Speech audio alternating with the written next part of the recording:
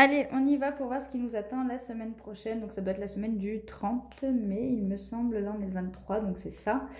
On est le 22. Donc ça doit être la semaine du 30 mai. À quoi nous attendre donc au niveau professionnel déjà, dans un premier temps. Donc j'utilise l'AstroKiff comme toujours. Donc la semaine prochaine, au niveau professionnel, on pourrait s'attendre à... déjà à des déplacements, hein. Déjà de manière générale, il y a des déplacements, il y a de la communication, il y a des échanges, on élargit ses horizons. Donc il pourrait y avoir des idées nouvelles, des nouvelles opportunités. En tout cas, on élargit ses horizons pour de la construction. On stabilise, on construit. Il y a vraiment quelque chose de stabilisant, de constructif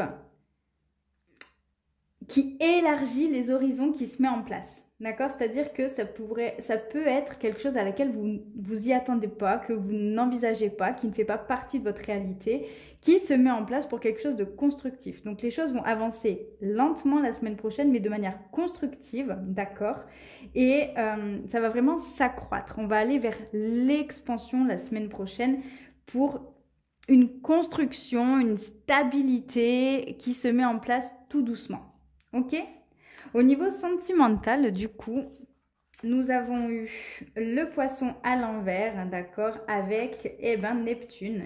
C'est merveilleux. Nous avons le signe avec sa planète maîtresse.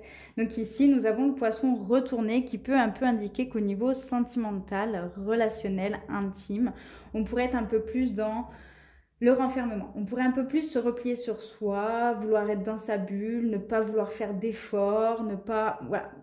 On vit dans son monde, dans ses illusions, on a une image de la réalité qui peut être faussée aussi, d'accord? Et on préfère ne pas faire face. Voilà, on veut rester tranquille dans son monde, se morfondre, se replier un petit peu sur soi. Mais il y a aussi cette notion de ce que l'on pense être n'est pas la réalité concrète. D'accord? Voilà.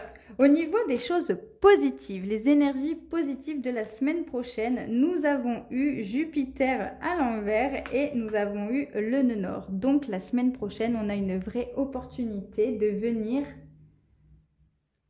soit mettre en évidence, soit réguler un désordre de comportement, un déséquilibre émotionnel, des schémas un peu...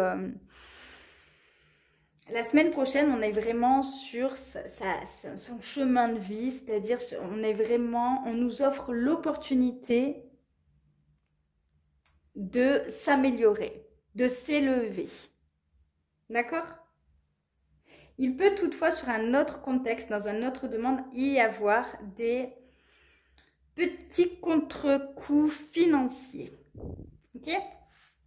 Mais c'est pas grave. Parce que ça